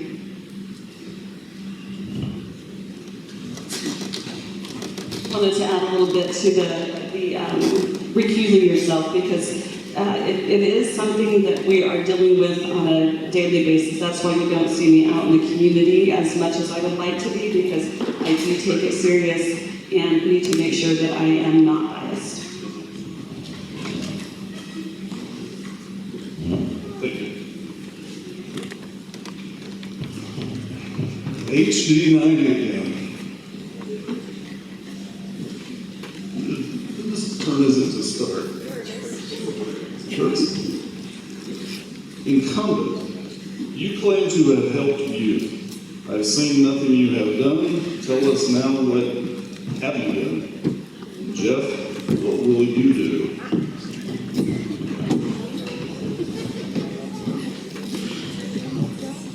You claim to have helped youth. I've seen nothing you have done. Tell us now what you have done. Well, if you're talking about youth and our kids, I'm a staunch supporter of public schools. We passed the STARS Act, the Starting Teachers Pay Plan that the governor came up with. We passed some vocational training money that goes clear down to the junior high level. I guess mainly my commitment to public schools. I mean, this job's been an honor in my life, and this job is about interrupting people. Jeff? So as far as what I've done for youth, I've devoted pretty much the last decade of my life in the classroom, in coaching. Currently, I volunteer 2 hours every week in the mornings with some select basketball players. And that's not on the clock. It's just because I love those kids and I care about that relationship. As far as plans for the future for helping them, I would definitely have voted in favor of House Bill 320, which is education choice for parents. Thank you. I've been working with kids for 41 years, so now we're in the sweet spot. But one thing that I do see that I think would help our students immensely is if we were to pass a law that creates an environment where their telephones are secured when they come into the classroom, and there's states doing this now, and they're seeing excellent results from engaging students. So there's a safe box, it goes in, it comes out, and they learn a lot more and they're engaging more. So that's one tiny thing I would do, but there's lots. Curtis, 15 seconds. yeah, well, I've been volunteering with kids since 1982 when my daughter was born. I helped build the St. Rita's Park back in the 80s. I volunteered football coach. In fact, it was a paid position. I donated all my pay back to the school back in those days. And 15 seconds is up. That's what that red sign is for, folks. Thank you.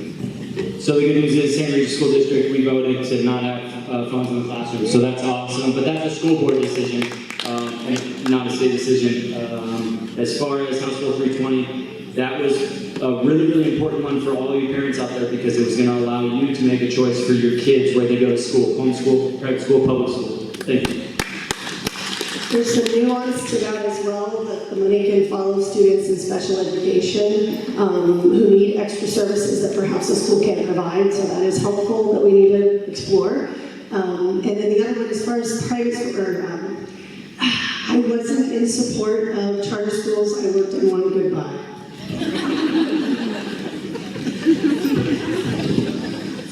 Next question is for the Senate candidates. Is it your turn to start? Okay. Why do you want this role? What do you stand for? I want this role because I have 22 years of documented experience in getting results for the most vulnerable. vulnerable. I'm a protector of people, and I hate bullies. And when I'm elected to the Senate in January, we're going to be coming back and bringing the resources to Montana because you all deserve to thrive. That's the American dream. Why do I want the role? Well, it's been a dream of mine to represent the state of Montana. And as I get older, I get more conservative. And I see our government going in the wrong direction. Well, now we have $39 trillion in debt, and it just keeps going up. Our agricultural industry keeps going downhill. No one's fixing it. I want to step up, make a difference, fix it, and represent all Montanans across the board. Thank you.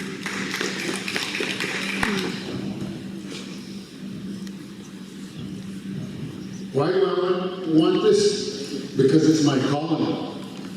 I see the social paradigms and I see how to fix them. I'm not going to do a song and dance. I already have bills that are being developed right now that I plan on introducing. Good leadership knows that the repository of power is in the people. And I want to serve the Montana people as their representative. This wasn't a dream of mine, but I see the shape our government's in right now. And if somebody doesn't stand up and bring us together and quit letting them generate all this noise to divide us and let us look at the signals that are coming at us, like we need a balanced budget, we need term limits, we need a change in this country. Democrats can't do it by themselves, and Republicans can't do it by themselves. We have to come together, and we have to develop a plan for the children.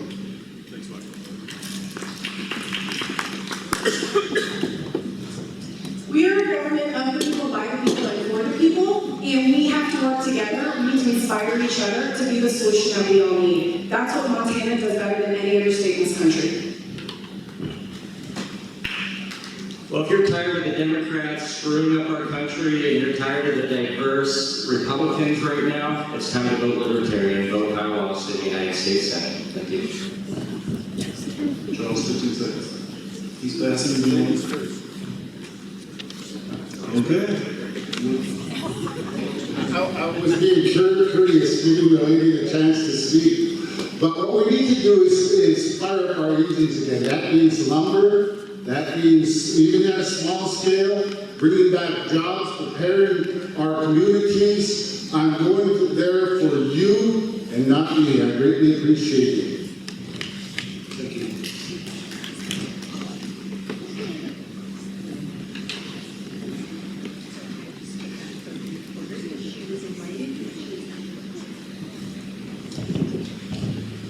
Okay, this is Justice of the Peace candidates and Commissioner candidates. And it says the clerk and recorder candidate was invited but is not here. I can't remember who else. It's your turn. Okay. Candidates, do any of you have any personal, family, or business relationships with the county's main election judge or election staff? If yes, please disclose it and explain how you will ensure the election process remains fully impartial. I guess I'm not sure who the whole staff is. My daughter-in-law's sister works for the clerk and recorder as part of the election staff, but I don't know that that would impact any kind of impartiality or any kind of issues. I will go just right down the line here. No. Absolutely, I do. My daughter works for the clerk and recorder, and she said she would not be able to vote, or count or vote for me. She can't count any of my races. No, I do not have that one. Absolutely not. I'm not related to anyone, but I don't have any concerns with any relatives upsetting our election. That was a longer question than the answers. It didn't sound like you went to Disney World. Want to rebuttal? Okay. HD1, Anna? who started the last time. I think it's your turn. Yes or no, have you ever been held accountable for violating campaign finance rules? That's an easy no. I have never done this before, and I didn't anticipate that I would be doing this, and I won't be in that trouble because, as I told you before, I'm not taking money. I'm looking for votes. Thank you. No, I'm not taking any money either. The answer is no, but I am taking money. You can go to alphamontana.com.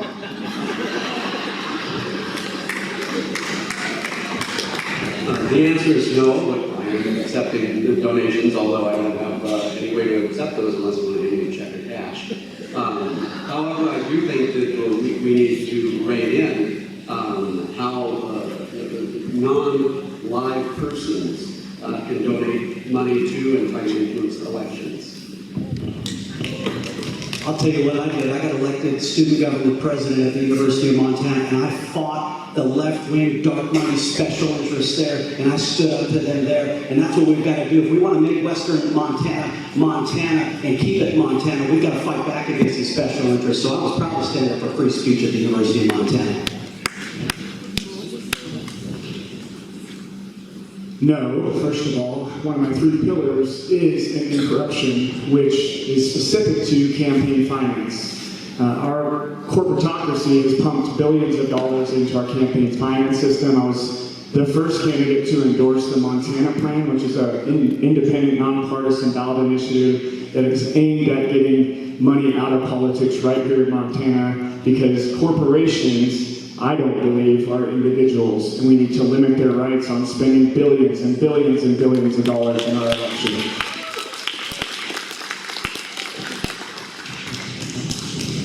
I'm pleased to hear the other candidates, most of the other candidates, talk about their concerns about money in elections. I am currently gathering signatures for the Montana plan to keep corporate money out of our elections. The answer again is no, and if you want, you can donate money to alphamontana.com.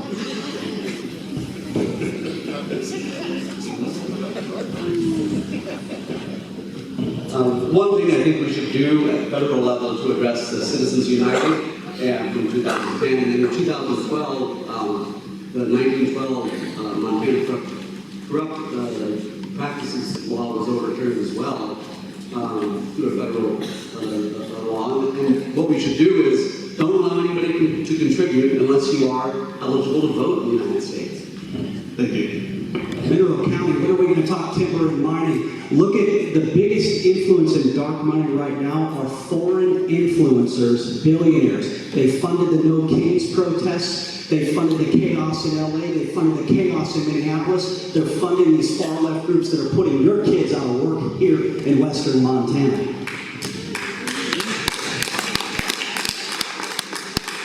That's ironic coming from the guy that's taking $1 million from a super PAC, which is dark money flowing into this very election. So, I won't take money from PACs, any of them, on individual contributions only, and I've refused endorsements from politicians because they too have some questions to answer.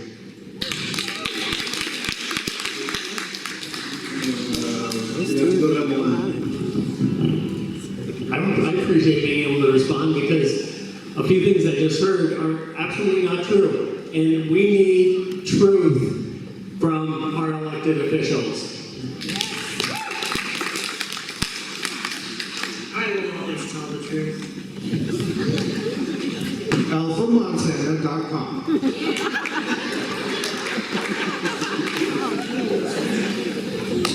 You know, corporations, super PACs, political committees, they do not have unfettered rights, like the Supreme Court would say they have the right to free speech. They cannot vote. So obviously, if these entities that could be considered persons cannot vote, we can restrict their influence in our political elections. I'm going to talk to my friend. It's hard done. So these Democrat candidates will do this all the time. They'll pretend to reject PAC money, and what do? They benefit from it. 2 times over. Look at how much more money they spent against Ryan Zinke the last go around. So it's phony. They're going to flood the state with their left-wing dark money. And by the way, if you were $300,000 in debt from your last failed campaign, you'd say your website 4 more times too. Again, individual contributions only. It's all reported to the FEC. You can see every single contribution, ranging over $300,000, averaging $27 a donation from people just like you, because we need to restore representation of the working class and not take any more money from corporations.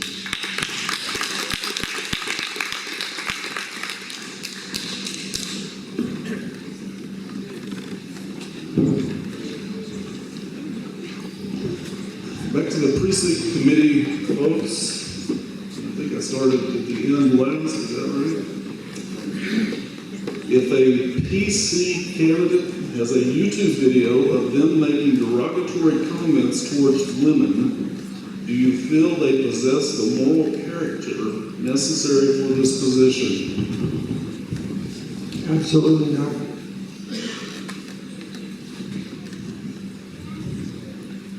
As a woman, I would definitely not want them saying derogatory comments towards a woman. That's a no-brainer.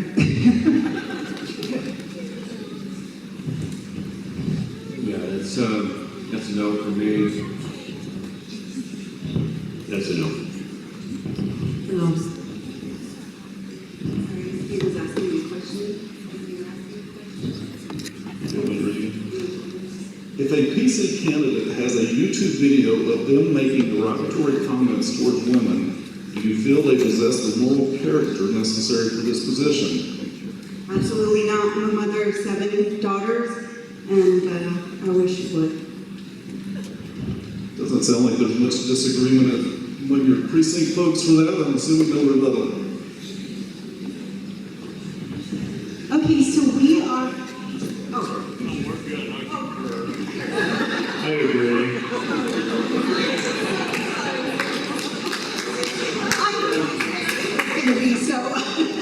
I'm so sorry. So I just want to make a little announcement. So we did, we scheduled till 9 p.m. We do have the gym if we want to continue, but we may have some candidates that cannot stay. I do not want it held against them if they have to leave. So I think that's important to say. If they need to go, we have folks that have traveled really far to get here tonight. We will continue if you guys want us to until we have about 20 more questions. So we're probably looking at another 30 or 40 minutes. So it's entirely up to you guys, whatever it is that you want to do. But we will go ahead and continue. So for those of you that can stay.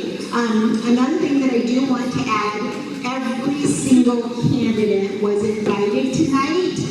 So these are the ones that showed up. But I did average 13 contacts with every single candidate. So those candidates that are not here, it's not because they were not invited to be here. So we're going to go ahead and continue. Does that sound good?